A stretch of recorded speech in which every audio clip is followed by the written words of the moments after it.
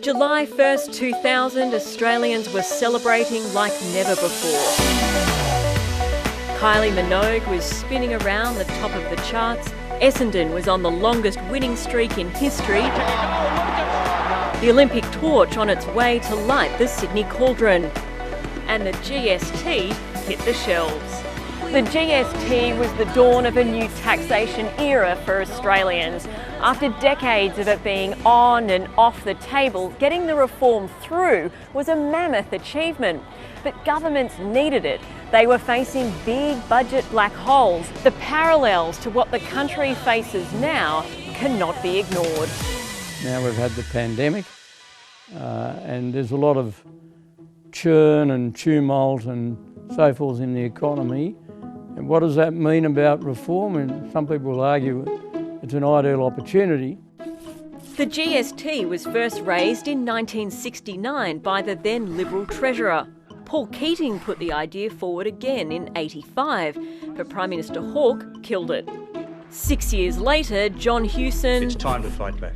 ...bet everything on it. I need to know exactly what type of cake. Hewson lost the unlosable election, forcing his eventual successor to promise he'd never ever introduce a GST.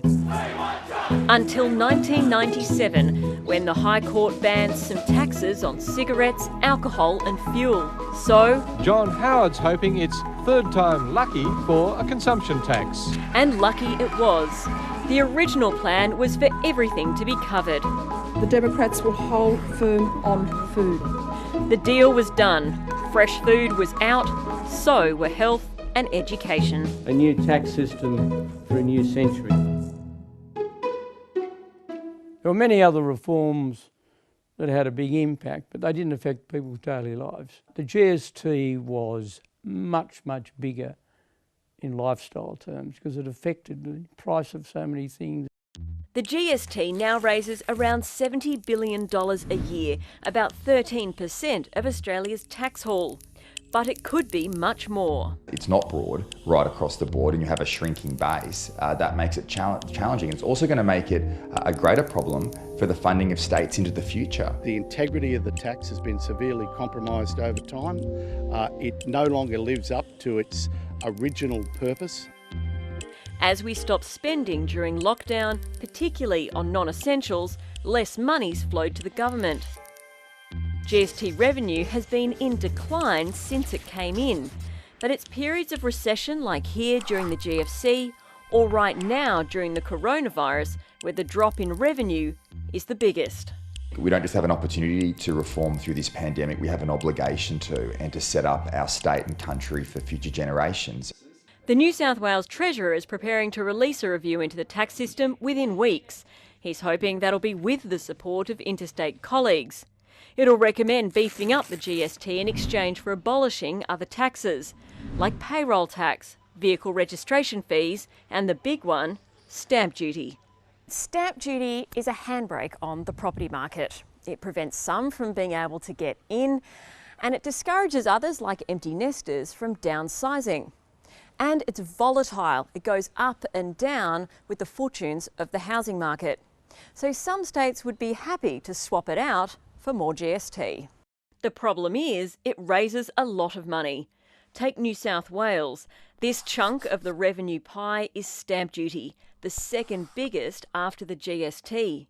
I'm not at all interested in giving up a known and a manageable tax base for one that the Commonwealth can manipulate. We need to put all the taxes into the mix on a reform piece going forward. And the problem with taking certain things off the table or removing things out for political purposes is you really reduce the prospects of success. So could the fix be to finally raise the GST or apply it to everything or both? There's plenty of room to broaden it. The compromises made over the years mean less than half the things we buy are subject to the GST. The Tax Office has incredibly detailed lists about what is and isn't exempt from the GST for everything that we buy. For food alone, it's 88 pages long. As we know, fresh food is GST free, but ready-made food attracts it. Unless you're talking about baked beans. They're GST free. And it keeps changing. In 2014, tiramisu, out, but zabaglione, the key ingredient, that was in. And just so John Hewson doesn't feel too bad, there are 45 separate rulings about cakes and their decorations.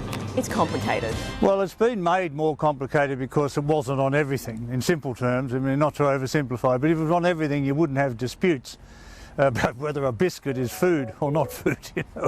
What about just lifting it then? Australia's rate of 10% is well below the OECD average of 19%. Here's the UK at 20%, Sweden and Denmark are at 25%. Work from ANU says if we put the rate up to 15% and put it on everything, it would raise another $90 billion in extra revenue. Using about a third of the revenue, you would be able to compensate the bottom 40% of the income spectrum. There is an obligation upon all politicians, all governments, all political parties to walk that extra mile to try and find the possibility of consensus. I think the history books shine brightly on the Hawke, Keating, Howard, Costello era today. We need to be looking at what are those reforms that are going to do the same for generations to come. With budget deficits heading into the hundreds of billions of dollars, governments need to do something now. The fallout from the pandemic provides the opportunity to make the next bold move. And if we learned anything from the introduction of the GST, it's never say, never ever.